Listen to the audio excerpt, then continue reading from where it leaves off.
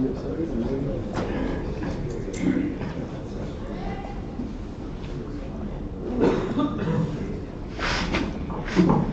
morning, everyone, and welcome to the second joint talk of Motion in Games and ADA IDE.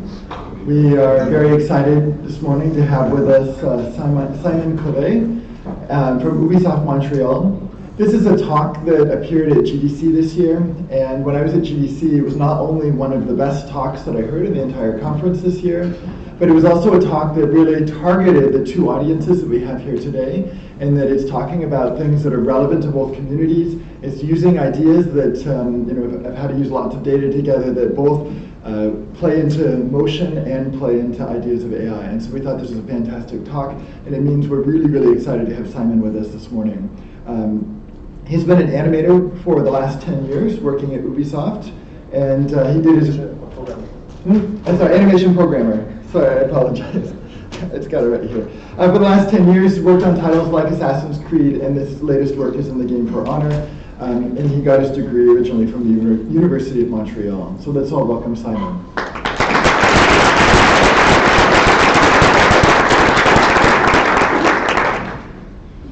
So I'm Simon Clavet. As he said, I was there. This is a couple of games that I've worked on, but now for the last 3 or 4 years, I'm on this game called For Honor. It's going to ship on Valentine's Day next year. So the idea of this game is you decide if you want to be a knight, samurai, or Viking. There's 4 of each, so there's 12 guys you can choose from, and you go out on the battlefield and you hit your friends on the head with big, sharp weapons. So that's something we believe that people would want to do. So the way we do it for the animation system, the way we want to do it is with lots and lots of mocap. So like our 12 characters don't share too many animations. So we capture a lot. We spent, I think we're at our like 60th or 70th day of shoot. So hours and hours of mocap. We have lots of really good stuntmen that really, like each of the characters have their, like the stuntmen really learned all the motion. The way that the weapons are really different. So I'll show like the video that shows our 12 characters. Those are the Vikings. The world fears us. We are the favorite of the gods.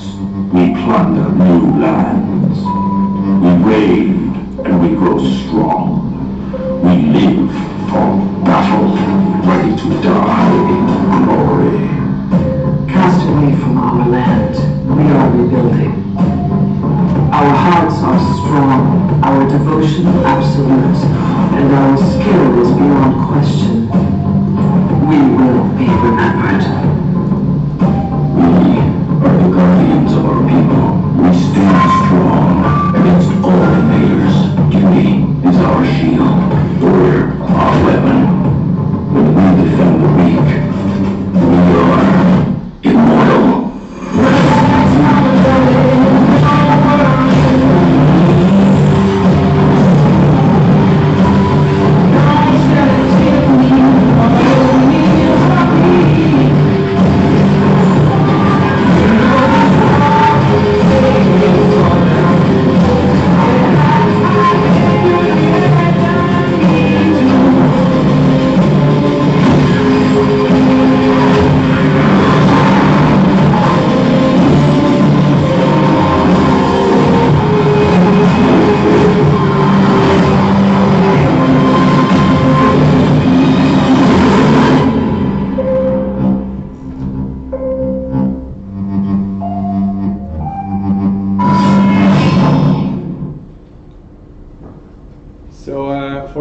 Animation goals. Since it's a fighting game, so you meet people on the battlefield and you start little duels, so you can block, and it's like we want people that play Battlefield to like it, but also the street fighting guys, like street fighters, these kind of guys, we want them to play our game also. So it needs to be really precise. Like precise. You need to be able to read correctly the animations, not just for fun. Like you need to be able to predict and to guess what your opponent is doing. So it needs to be really precise. But we want a believable animation. So it's mocap. It's slightly more awesome than perfectly realistic, but still believable. So here's the result for navigation. This is our female knight. So we have female versions of some characters. Some characters are just female, some characters are just male, but most of them are like female and male versions. So you see the kind of things we're trying to achieve here. This is the result where like the starts and the stops, really detailed transitions. Like when stopping, she always switches the weapon from side to side. This is our samurai assassin, the Orochi. Really different style, the way he runs around, like doesn't share any animation with anyone else. See, there's strafe navigation, so there's relaxed navigation when you run around, but then when you lock, you can strafe, and you have like all the directions, all the little transitions there, all the little footwork we want to reproduce. This is our warden, the main knight.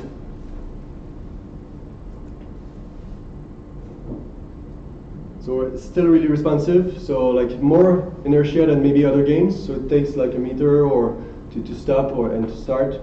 But lots of detail in the transitions. This is what we're trying to, like, that's what we got on the mocap floor, and that's what we want to see in the game.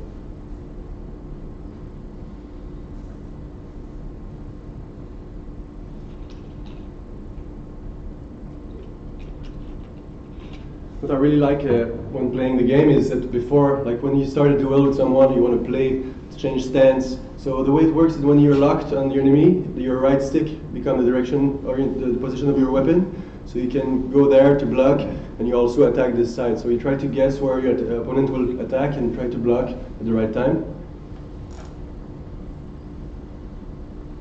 So this is not the game camera, it's just my animation debug camera. So normally the camera is framed like in third person behind the guy. So yeah, so the running of this talk, this was just the introduction. So this talk I'll talk about where, like the little small history of animation systems to see where we're coming from. I'll introduce this thing that we call motion matching, show a little bit of workflow, how it works in the engine and in the editor for animators to work. And I'll finish with some procedural touch-ups to be able to work, to have fights in really difficult situations like in staircases. So yeah, the first day God created the function play anim. So this is a function somewhere in your code base. Someone wrote that so you can play an animation on your character. So you could do just, if you want to start walking, you play a start animation. And if you are already playing the start animation, but you're at the end of the animation and you still want to continue walking, you're going to play the loop. And then if you don't want to walk anymore, you just play a stop. So you can do it all procedurally, you can send animation onto your guy, but obviously that's not what we do anymore. We have a graphical version of that, state machine, where you have loops in the states and maybe transitions on the arrows. If you don't have transitions, you can blend. So it can become like a big spider webs of everything you can do in the game. Or the other way of seeing the problem is that every frame you're going to look at some criterion and decide like how you're going to mix animations together.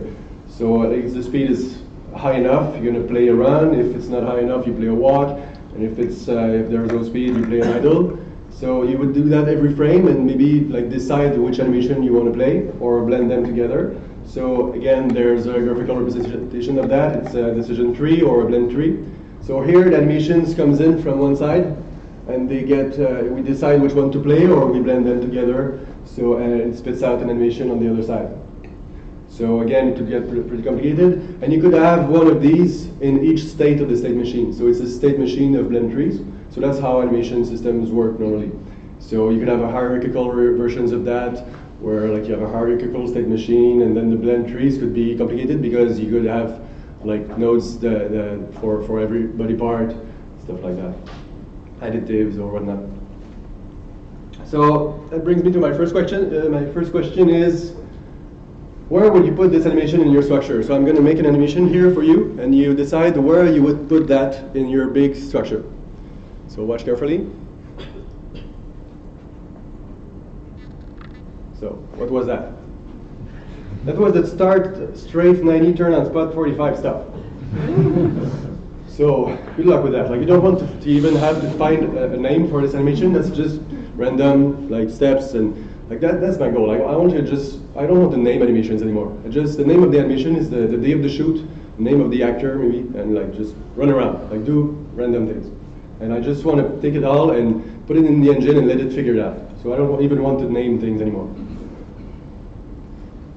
So one way of dealing with this kind of problem is to have like big nodes in the blend tree. It's going to take like lots of animations, lots of random things, and try to find like really smartly which one to take. That's called a parametric blend, or like a multi-axial blend if you have lots of axes and like you have triangles with animations if you're in 2D with like all the straight angles. So you got to have dimensions for speed, straight angle, and slope, for example. Then each loop would be a sample there in this high dimensional space, and then animators would like add animations there and punch in the numbers for all these dimensions.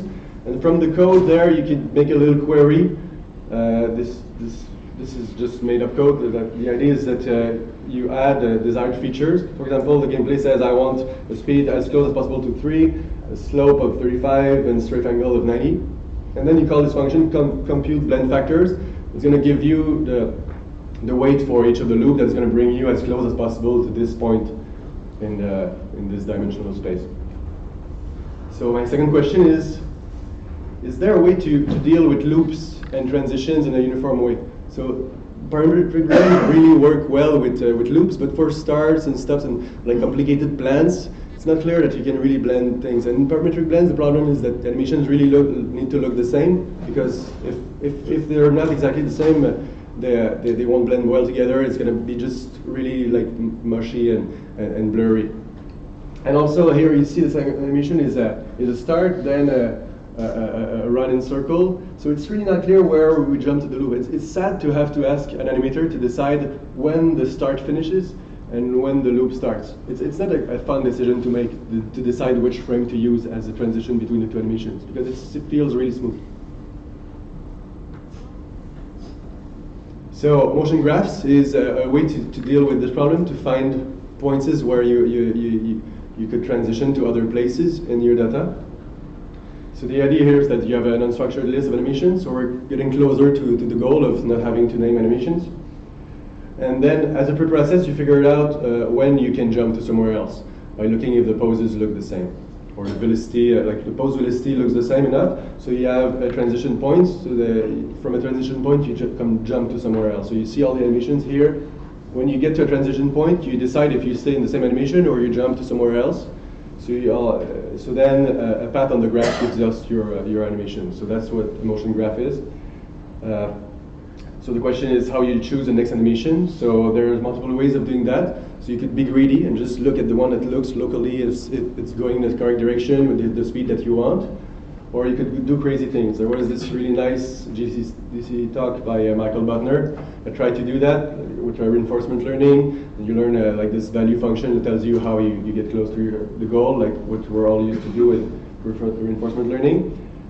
But that gets pretty complicated. And the main problem with motion graphs, I think, is that for comfortable control, you need a really dense graph, because if you want to turn, you still have to wait for the next transition point. So you could have to wait like for like maybe there's transition point maybe every step or something. Maybe there's no transition point in the middle of a step, so you still have to wait a little bit to be able to transition. So it's not responsive enough. That's what people think normally about motion graphs. So, and then comes motion fields.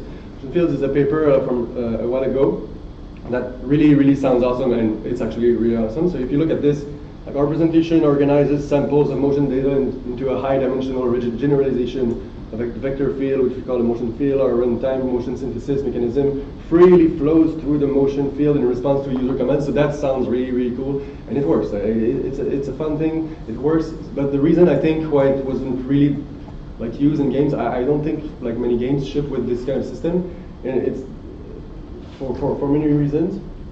But first, let's look at the result. Like you see the graph on the left. If you look on the left, you see the kind of like a lack of response that I'm talking about. It takes a little while to turn, but on the right, it's much more responsive because it can like switch and blend animations together and switch quickly to other pieces of the data.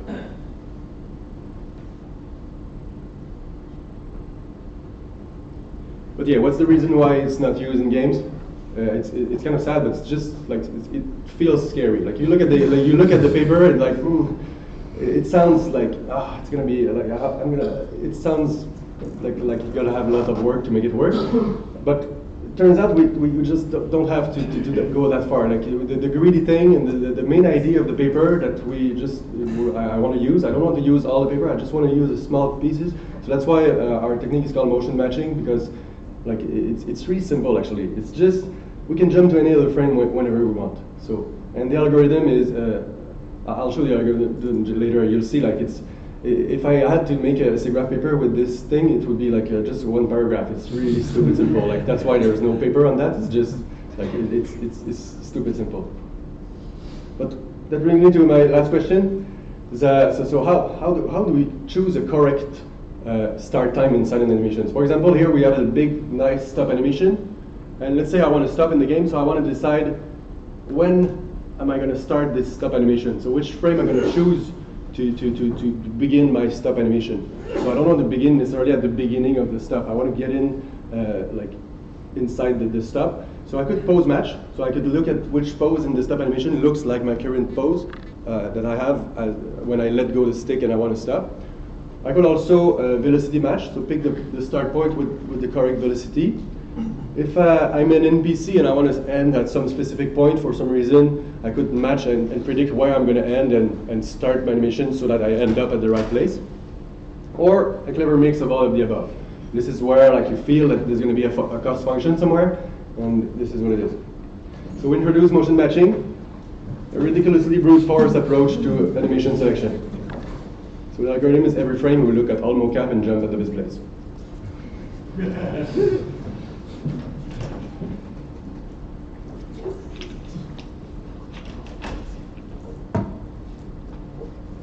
So every candidate jumping point, like jumping pose, like we'll have one of these every 0.1 second or something. So you don't have to be like every frame, like every 0.1 second works. So you have to determine the cost for this place in the mocap. So if the candidate matches the current situation, so it's the same pose, same velocity, and the little piece of motion, like 1 second of motion that follows it, brings us where we want with the velocity we want, then the cost is 0. And that's what, like the cost, you see that there's going to be two pieces of the cost. So here's the result for a walk. So you see when we capture the little piece of walk, you see the guy, like right away you see like, you get like really smooth things. You see the animation that is playing is the blue path on the ground, and the target follow the future path is the red. So red is desired, blue is current animation. So when you see the blue thing that pops, that means we switch animation. But we blend there for a little while, like 0.3 seconds, so it doesn't pop because the pose match good enough, and we transition smoothly to the other place in the mocap. And we don't even have to wait until the transition is over to start again, to go to somewhere else. So you could have lots of animation blending together. So if you wiggle the stick like crazy like this, you'll have like tens of animation trying to take control. So here's an example. I disable the blending, and it's with the style tired. So you see, like we switch animation when we switch all the time. You get some details that you couldn't get with like simple loops. Like so if I re-enable the blending, you see the kind of detail we can get.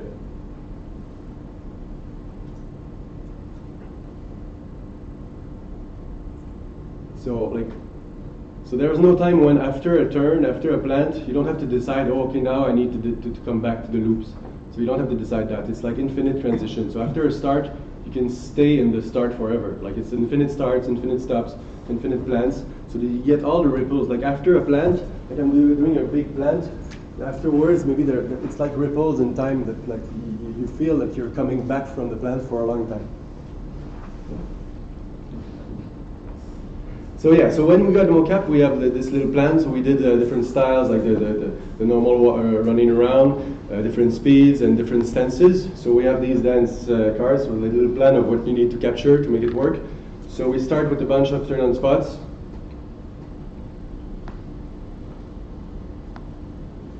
Maybe 8 directions. Then these interrupted starts. That's what would happen if you just push the stick and let it go. So it's to make sure that you can stop at precise position. So lots of that, like little starts and stops, like rotating start, like it's turned on spots, but you move like 1 or 2 meters. Repositions is just a strafing version of that. So you just reposition like this, 8 directions, 1 meter, to make sure that you can stop at specific place. Then the starts and the stops, starting from 8 directions, big, really strong stops. You ask the actors to stop as quick as they can. Then the circles, maybe 2 or 3 radii. The plants 45 and the 135, like you can do the same thing. Like it's you can do like this shape like this, and you get the 45 and the 135 at the same time. The plants 90, like you get a couple of variations. So you can get the plant 90 from the exterior foot, and you can ask the mocap actor to do like crazy like plants 90 degrees with the wrong foot, like the interior foot. And when you capture the strafes, you can do squares on the ground to get the plants 90 degrees. And you can do diamonds to get the other direction of the plants. But we don't have like too many angles there. We don't do the plants 45s, and we do some circles, and then the big 180, like the big plants come back. So this is when the fun stuff happens. We call it the plant star of death, because we do it at the end of the day, and like the idea is to do and then do all the 8 directions. The actor is really retired after that, because we want them to really plant as strong as they can. So then you can do the tired version of all of it. So then I'll show some code. So the idea is here, I remember the current animation index, so which animation I'm in, and the current anim time. And then every frame, I get a goal from gameplay or AI. So inside the structured goal, I'm going to put everything I need to like, a representation of what the gameplay wants to happen in the next second. So desired position in the future, maybe a position at 0.3 seconds, position in 1 second, and velocities there, and angle. I'll show them in detail later. So we increase the anim time, so just advance in the current animation. And then we get the pose, the current pose, and we lerp it between where we are, between, like I said, there's poses every 0.1 second. So you need to lerp 2 poses to see where you are. And in the pose structure, I'm going to put everything I need to compute the cost as quickly as possible. So it's really condensed, so I don't have to actually look at the animations when I compute the cost. I want to have everything in the pose. It's like just a vector of things, so that you can do a distance really quickly. So yeah, so it's just a loop on all mocap. So I'm going to remember the best cost to date and the best pose. So I'm going to loop on all my poses. So I get my candidate pose. I'm going to evaluate it with compute cost function. So the compute cost function will take the current pose, the candidate pose, and the goal. I'm going to get this cost. And if it's better than the best we got, you just keep it. And if it's different than the one we were supposed to play anyway, then we jump there by calling this function play anim starting at time, with the 0.25 there would be a little blend time to blend there. And that's it. So you can just go home and code it tonight if you want. So what's the compute cost function? So the first part will be the current cost. So it's going to take the current pose and the candidate pose, and we compare the two. And the trick is to pose match without doing the full big pose match thing with all the bones. So you just pose match with what you need. So I think we can get away with having like 10 or 15 dimensions to just get what you need. So the idea is that you match the current like local velocity of the guy and foot position. So maybe just in 2D it would work, I think. So you have like position relative to the root for each foot, so that's 4 dimensions. Then there are velocities, so that's 8 dimensions. So 8 dimensions to be able to get the cycle somehow. And it worked for turn-on spots. So you don't have to actually to find where you are in the cycle, because that's sometimes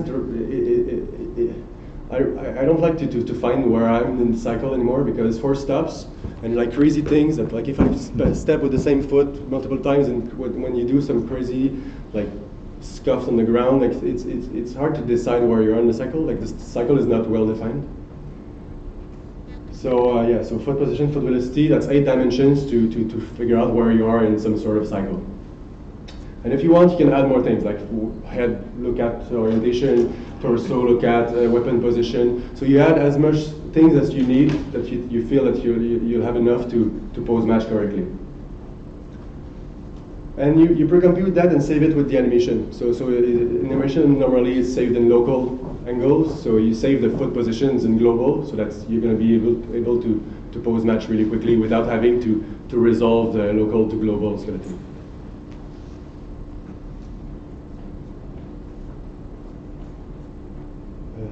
So yeah, so if I disable pose matching, you see that it's trying to follow the red path, but there's no pose matching, so there's going to be some crazy things with the cycle. You can't really keep the cycle.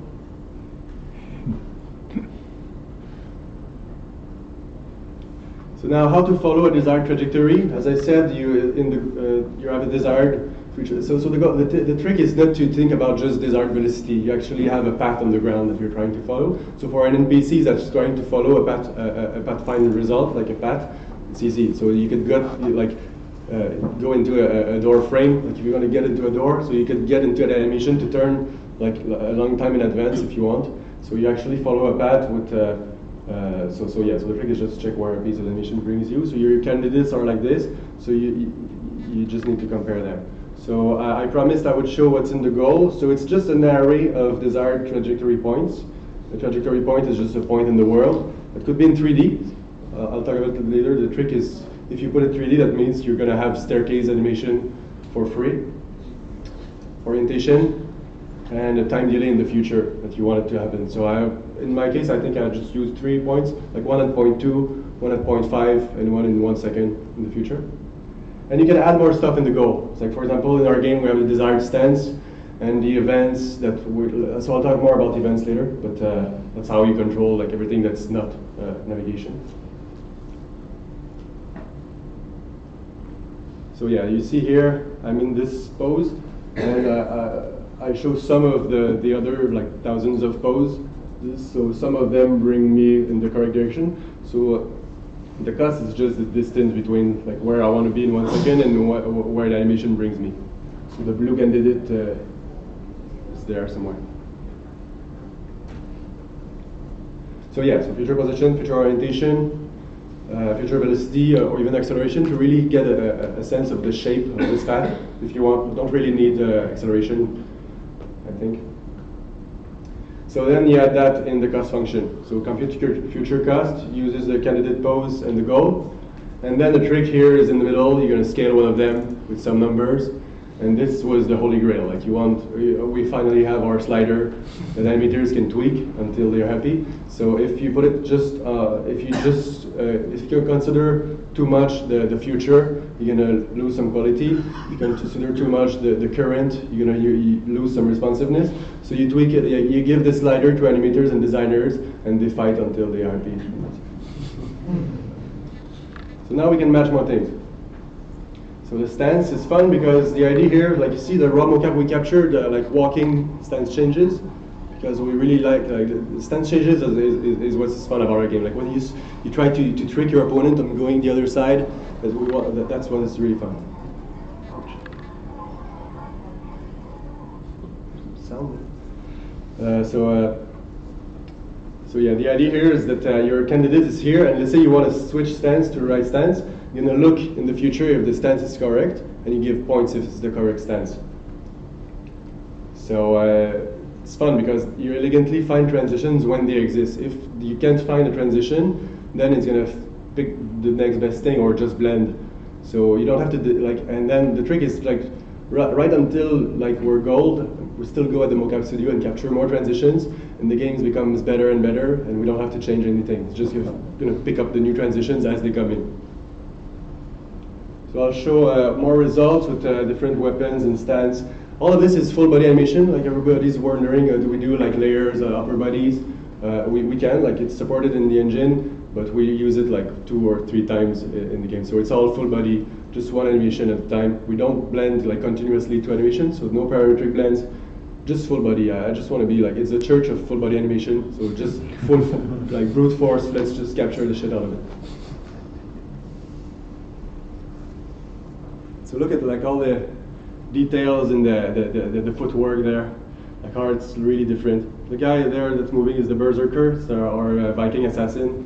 The flail is the knight tank, the shield there.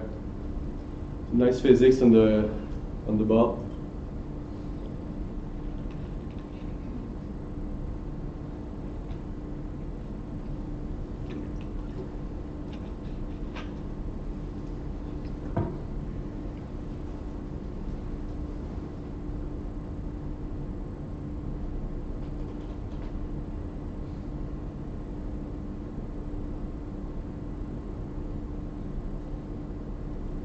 Then I'll show the Viking champion, or raider, like the big guy with the big axe. So the stances are really different. Like you see the way he holds his weapon. Every character has really different stances. So you can recapture everything for every guy, every stance. The other guy is the samurai champion, the Kensai, has a long, really long sort of katana. It's called a nodashi. It's a really long katana. He holds it like this, so it's again super different.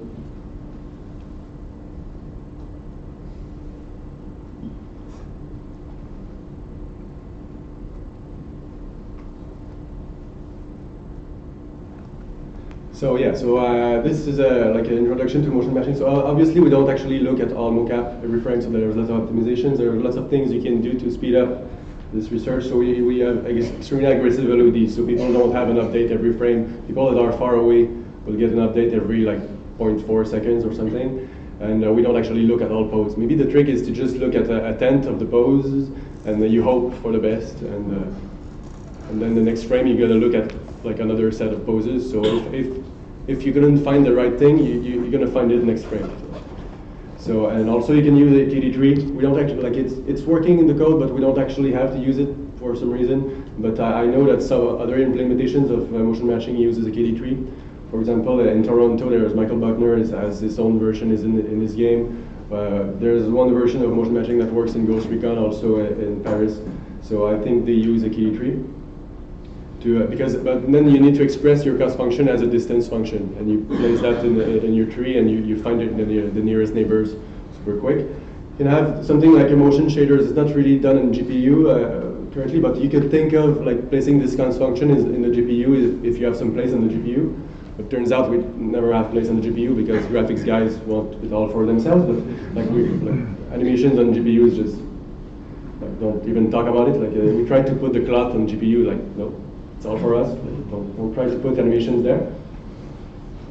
And yeah, so there's lots of things you can think of. Also, like just simple layouts. If you're just running straight, and you see that they're like the pose that you're about to play, like it's good enough. Like you have a measure of how good it is, so you don't have to actually to look at all the mocap. You just keep on playing it. If you're idle, just continue playing the idle if you're happy with it. So like really quick early outs like this. And obviously we don't put all the mocap in just one big list. Like we have like sub places, like all the animations for the Viking are there somewhere. So we don't actually look at animations for the samurai when you're on the Viking. So yeah, so we have some choices to do in every game. So how to deal with the displacement of the entities. So we could decide if we want displacement from animation. If we want like high quality animation, normally you decide to pick the displacement of your entity from the animation itself. So the gameplay needs to, like the gameplay code and AI code needs to trust the animation that's going to bring the character where the AI or gameplay wants it to be. So this is done in Assassin's Creed or Splinter Cell, and like kind of games that really want high quality animation normally wants displacement from animation. But shooters and things that are really like precise, twitchy things really want displacement from the simulation, from the code. So the gameplay code needs to really decide what's the displacement. It's really like stiff, and you need to have really precise control, and you can't trust animation details for your gameplay.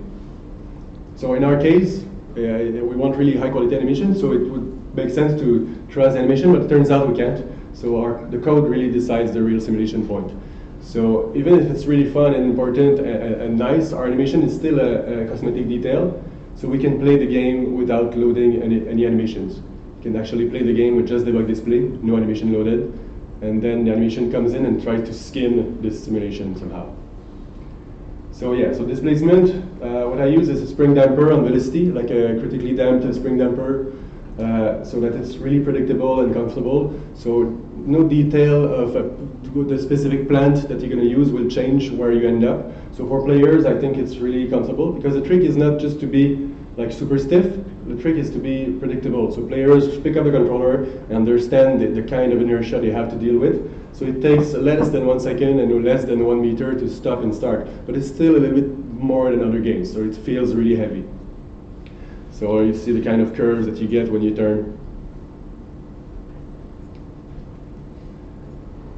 So, and then we choose animations that will follow this simulation. And we still do displacement from animation, so we can run and try to catch up with the simulation point somehow. So here, this is what happens if you just try to catch up to the, so you try, like the red point, the beginning of the path here is where the simulation is. So this is where the guy is actually, like the game thinks that the guy is there. So the entity tries to follow it, but it's important to be really close because this is where you get hit. This is where this is where you actually are. You're not on the entity, you're on the simulation point. So yeah, so I tried for a long time just to make it stiffer and try to follow and try to make sure that I'm not too far, but I still kind of wanted to be at like a meter, like to make sure that I can see some nice animation. But turns out that I can just clamp the entity to the simulation, like maybe 20 centimeters works. So you have just enough room, if your style is to run like this, you have enough room to move your entity from side to side, but logically the simulation point is going straight. So yeah, so you just clamp the entity at 50 centimeters around the simulation. So then you have a little bit of sliding, but we're going to fix it later. Fun thing with this trajectory prediction that we make is that we can actually run the simulation code to work to see where the trajectory is going. So you can clamp on guidances. Guidances are things that we put automatically around walls and ledges so that we prevent players to go in the walls, and we can know in advance if there's a wall. So yeah, so we can predict stops on the walls and ledges. So here you see, I'm going to pick up like the stop before getting to the wall, and then he's going to pick up the turn before getting to at the corner. So you get in the animations faster. So again, we can't really fall on the ledge. Crazy situations here that we don't actually use in the game, but it's fun that it works. So you have like the guidance here and like see in advance the turns there to find nice animations. So this is where we are. So I'm halfway done. So a little bit of workflow. We just have 20 minutes, I hope. So workflow, the idea, we still have some sort of state machines. And the gameplay logic of the fight still lives in a sort of state machine. So well, I'll show more like what it means. So the pipeline for animators is that they get the mocap, they tweak it, they make it slightly more awesome, they make the contacts more precise, and they still have lots of work to do to make the animation better. And they mark it up somehow. And then at runtime, the gameplay makes a request, desired trajectory and event constraints that comes in the system here, and it spits out an animation. System continuously find the best piece of data to play, and we do procedural warping, which is like IK and other things to rotate and translate the entity. So yeah, so game logic is just a simple time state machine that's gonna so it's possible to play the game without animation. And then it makes a request to the motion matching system. So the logic, it doesn't care about animation, it's just the timing of attacks. Like I want to have an attack, and I want to be in recovery. So, and then the animation system is just flat. So there's no like switching logic. The animation system just gets told by the gameplay, be at this place. So you need to be able to go from everywhere to everywhere in animation. So it's a flat animation system. So the only thing that runs a state machine is the game logic. So I really hate games that have like two state machines, like state machine for logic and a state machine for animation that try to sync up together. Like it's really a bad idea. You need to have just one state machine, not two. So here's an example of a combo. You see the graph there. So you switch from clip to clip. This here is 100 milliseconds. So this is an attack here that a little bit less than 1 second. You switch to the miss, and then you press a button here. And when you press a button, it's a callback in the code for this branching to get in the next animation. So you transition to the heavy there. So all these branchings are actually callbacks in the code to see if you can transition to some place in the clip to some other place. And you can jump to somewhere else, like here, like this. Here I'm going to get blocked, so I can transition to somewhere else in another graph, another clip, so in the recoveries of this attack. So I can look it up. So I'm going to go in the recovery. So I got blocked. I want to tweak how much time I'm going to spend in the recovery of this block. So I go in there, find this is where I am. I'm in this this type of block here. So the designer will tweak the game, like we'll tweak the cost of getting blocked is, because this is the currency. The currency of the game is time. You invest time in your attacks, and then you have to pay a little bit before the contact and a little bit after the contact. This is so here we increase the time for recovery, so it's going to spend more time in recovery. So like without changing animations, we can tweak the gameplay like this. So the animation setup here is there are some events that are placed on the animations, but they are not placed at the beginning or the end of the animation. We actually have all the animations there, even with the T-poses, and we place events on the animation. So in the animation there could be multiple attacks, and they are placed at the most significant moment in the move. Like for example, the attacks, it's at the contact that we put the events, but it's just by convention. And then the clip says, I want this type of event to happen exactly 0.8 seconds after I start. It's the little yellow thing there. So it's going to start the animation at the right time to be at the event at the correct time. So we're going to be the first game that's going to actually ship T-poses. They're compressed a lot, but so like we have all the animations. Everything we captured is shipped. It's going to get compressed a lot because it won't get played. So we have an optimization pass at the end that we're going to optimize out everything that's not used. But we actually ship T-poses, which is pretty crazy, but I think it's neat. We just when we come back from mocap, we just pump it out in the game without thinking. So yeah, the event setup, there's a type for the events that's going to get requested by the clip, and there's a bunch of constraints that you can put, and the constraint will be set by gameplay code or by the clip themselves. So we're going to find events that match these hard constraints. But there's going to be multiple events that's going to match the hard constraints, and then we're going to do pose matching and trajectory matching on these events. So when there's an event request, we don't look at all mocap, we just look at the poses in front of the events and do pose matching on that. So you can have multiple versions of attacks depending on the current pose that you are. So if you want a stance change attack, you could have a different version of the animation. If you want different ranges, different velocities, so multiple versions.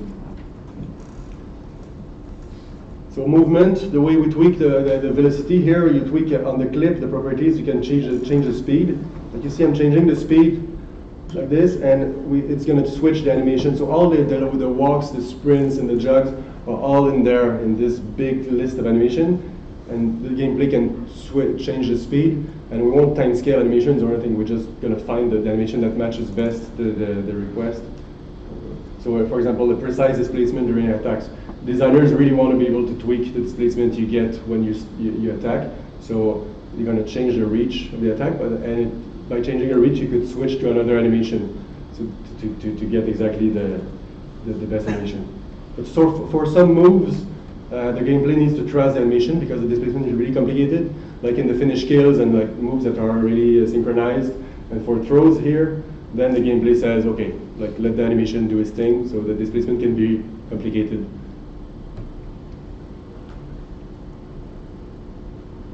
So touch-ups.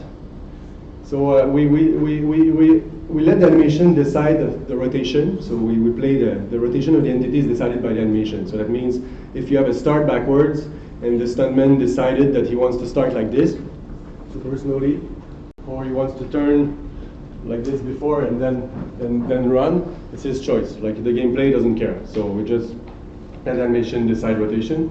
But then we correct to match future desired position or future desired orientation depending on the context.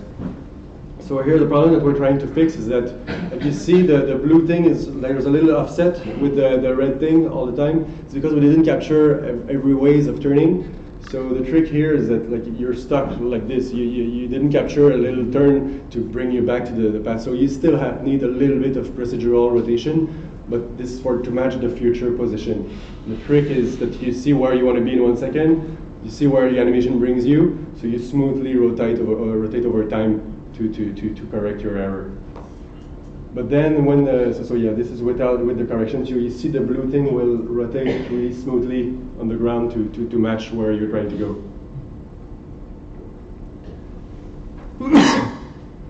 But when you're trying to align precisely your orientation to your enemy, then it's better to match the future orientation. So let's say I have this lock, I'm locking on you, trying to aim at you. So, but I have this animation that I captured to go somewhere else. So I see in advance, like I'm going to make an error. So I correct over time to finish at the right place. So when we're in combat, we correct for future orientation. So this is what sometimes it's a little late. But yeah, so we also have a little bit of procedural AMAT. So if my target changes, just like I'm switching from two targets that are close together, it's going to be just upper body procedural AMAT. And maybe lower body AMAT also to correct velocity.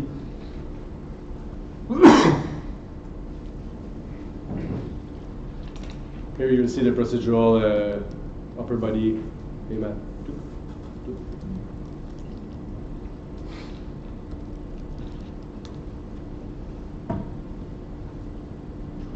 But if it's large enough, it triggers turn on spots.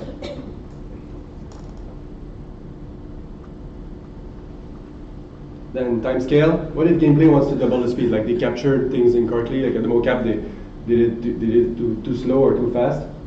So again, it's really easy. You can just see where you're going. You predict an error, so you can compute the ratio of your error and timescale according to that.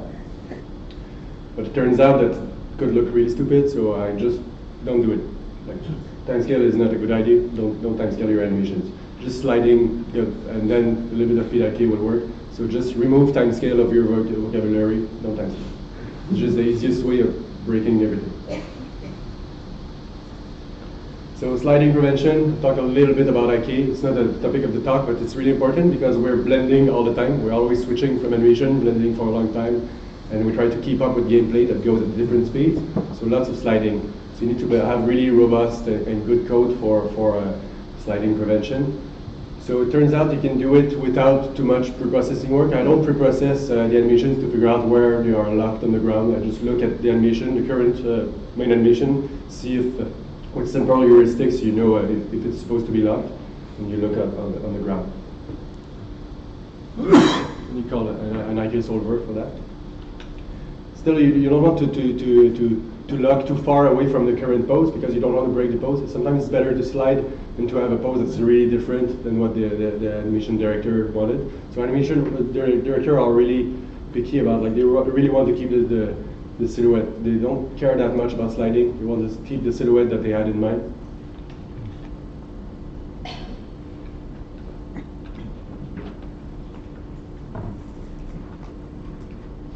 Then you can warp on slopes. You want it to be really smooth, so it's not just trying to predict where the foot is going and throw rays in the future. It's just really local. Throw rays under the feet, maybe under the heels or the toes, depending on what angle is the slope. Make a plane there and warp the whole animation on this smooth plane. So we have the target ground, you smooth it, and you warp the whole trajectory of the foot. So if the foot are doing crazy things, the ground is like this, you want to see all these crazy things like this. So it's not there's no logic of if the foot is locked or not. At this point, for the slope warping, I don't look if the foot is in stance or in swing. I don't care, I just warp everything. And then you pull the hips down smoothly. So it's really important that you put lots of dampers. And this is just a big pile of spring dampers there to make sure that everything is smooth. You have lots of continuous derivatives. You don't want to pull the hips down really quick because it looks bad. So you prefer smoothness over absolute penetration prevention. So there's going to be some problems. It won't be perfect, but at least the upper body is smooth and you get the silhouette that the director wanted. So never break the pose. If you want to reach down with your legs, don't click the knees. Clicking the knees is just never go like with a longer length for your legs, because the knee is really sensible. Like you can go down like 1 millimeter and the knee would click and you break everything. So as I said, we pose match in 3D, so that means you get slope animations for free. So we have slopes there. So you go down, you have a different style there. You could have get into a slope animation, but we don't have like turn on spots and stops and starts and slope. You just have the loops forward. So that means that the feed IK needs to compensate only from what is missing from the animation. So you know what the animation thinks the slope is, and you compensate just for that. So then there's spine pitch bending. You want to fight on the slopes. So like here, you see the weapon don't touch the guy, like it's swinging on top. So what do we do? Do we do a sword IK to aim at the other guy? Just do IK with the sword to match contacts, but turns out it's not general enough. You want to have actually the same upper body animation playing. You see what happens with the upper body needs to be replicated completely down there.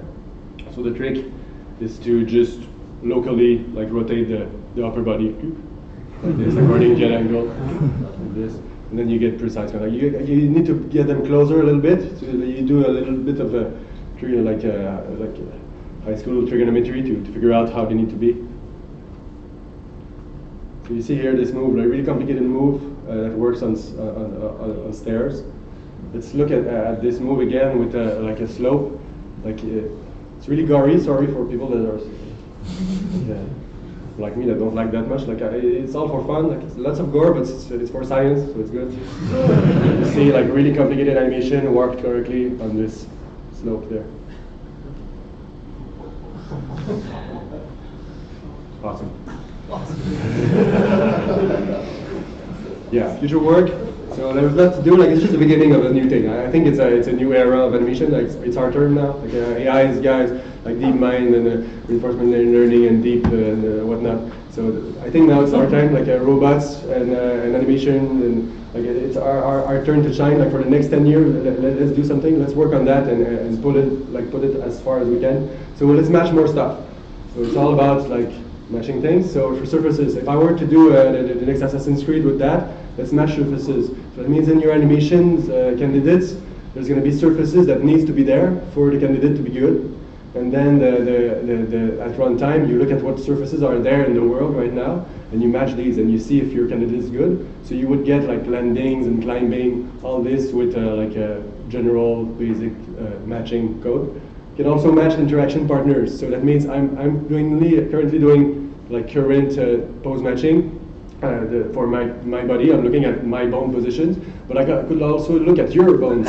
So if I see that you're like facing backwards with this specific pose, I'm going to kill you differently. So I'm going to choose my animation according to your bones. So that's pretty neat, I think. And you could do both at the same time. So like I could do the big wall run kill, like I run on the wall and kill the guy and climb on like ladders and like do all these, match all these things at the same time to find the best match.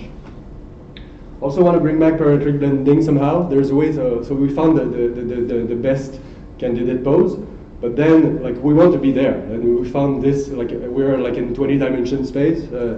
We want to be there, but we found that our target is here. So let's do it again, the other side of the target, and blend it with it so that you can correct errors. So you can still have multiple animations at the same time, but in a loop-free setting.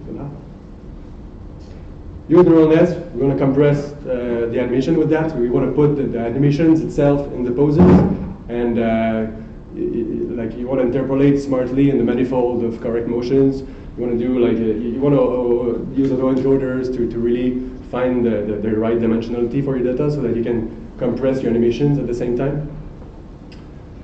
And yeah, and finally you do a Michael van de Pan trick of just like, use that as a target pose for a ragdoll. So let's bring it all together and solve robotics with that. So my conclusion is motion matching is just a simple idea that helps us reason about movement description and control. I really like the idea that you have an API between your logic and your animation. This API needs to be as simple as possible, but not simpler.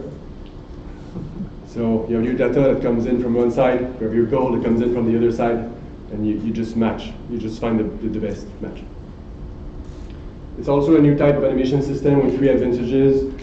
I think I proved that it can preserve the high quality and the details that you get on the mocap floor.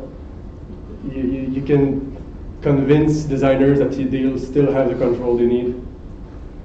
And it was not the goal of this work, but it turns out it's really minimal manual work. It's like the time from mocap to game is really smaller than before. A final shower thought now to leave you and think about that on the plane back home. Let's just directly mark up the mocap with the controller inputs that should trigger the moves. to generate the game automatically.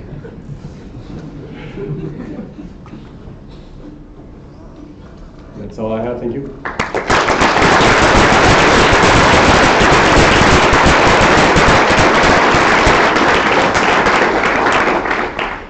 We have time for questions.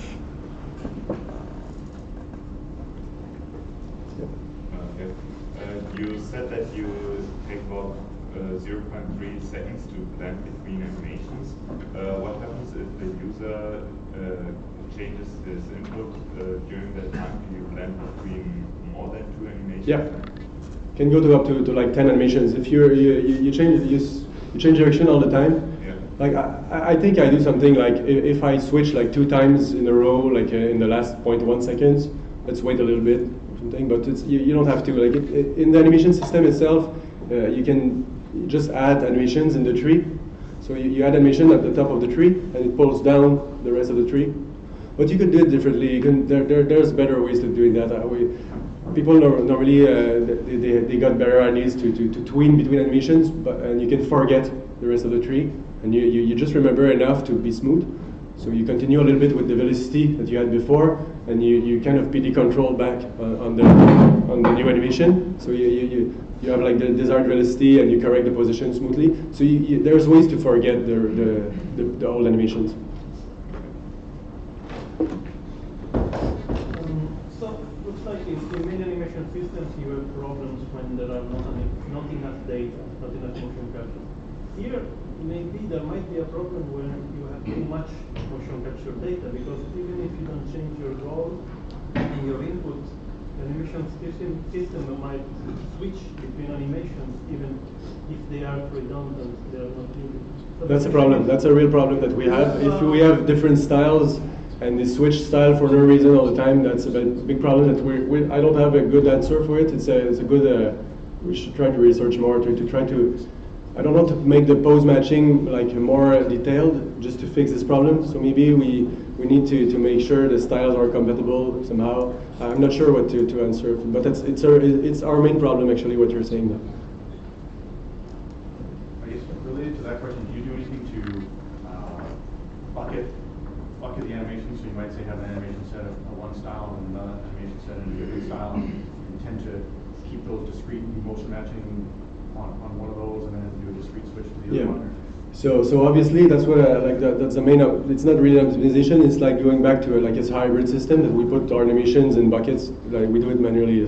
So when we look for attacks, we don't look at the hit reactions. Like obviously we have like all these animations are separated in groups. So it's called in our system it's animation groups, and it's going to make subgroups according to some parameters. It's like the hard parameters. So there's hard parameters on top of the animations, and there's hard parameters on the events themselves. But the animations are like placed in groups directly. Manually, animators will put the animations in the correct group, and the clip will ask for a specific group. So it's a hybrid system. I'm saying that all the mocap is in one big pile of mocap, but it's true only for navigation. Like the walks and the jogs and the starts and the stops and the plants, those are all in the same big pile. But for all the events, they are separated. Are you doing anything special to make the collisions look right? The collisions with the walls? No, collisions like when you're hitting one character with a sword. So when at the last 300 milliseconds of an attack, it's when like in the settings of the movement, you can get into snap mode, and you decide if you're going to snap according to like if you predict that you're going to hit the opponent. So 300 milliseconds before a contact, the gameplay code tries to guess if you're going to hit or not. And if we decide that there's a really good probability that you're going to hit, then we get into snap mode. That means to get at a specific distance for your opponent. So at the moment of contact, you're going to be at the correct distance. So that's how our contacts are made. So we don't want to, like, if you're contacting your opponent, if you're hitting or getting blocked or something, it means you're at the moment of contact, you're at the correct distance. So we don't have contacts if you're, like, there's no you need to have, like, the correct distance. So we don't have, like hitting from far, like with the tip of your weapon, and hitting from close. That's not a concept. Like we tried, like most games do it like this. Like you can hit with the tip of your weapon like that. But turns out, like it doesn't really change much from the gameplay side. If at the moment of contact you're at the correct distance, And for animation quality, it turns out it's really important to be at the correct distance. So the two characters are completely aligned, facing each other at the moment of contact at the correct distance. And so that's why we don't have to do anything crazy with IK with the weapons. Do you guys interact with the robotics or the control or the automation community? Because I see mobile robots, it's like animation in the real world, right? You need to design a sequence of poses that the robot must achieve. Yeah, the tension between mocap and purely kinematic ways of doing things like this, or powered ragdolls, is real. Like I spent most of my life trying to advocate for powered ragdolls and do better ragdolls and everything. And I tried to convince all my colleagues that we should do more ragdolls and be better at it. And read all these papers. But like 3 or 4 years ago, I decided let's just go see like on the dark side, like the dark side of mocap, just to see what's at the end of it. So I wanted to go like as far as I can. So there's no ragdoll in our game. When you die, you just play the nice death animation of falling on the floor. If your head is banging on the wall, you're gonna slide down like this and play your nice animation.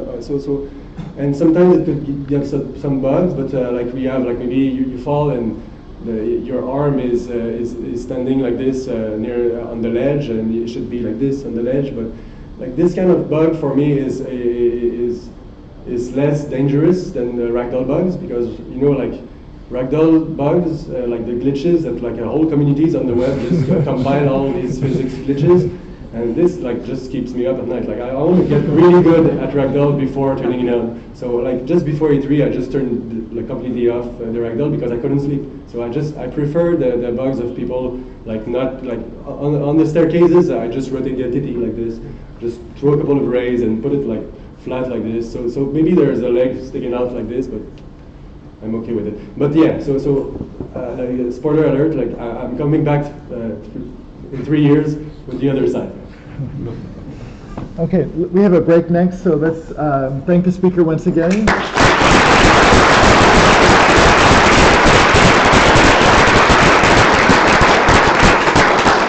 And we can continue questions during the break.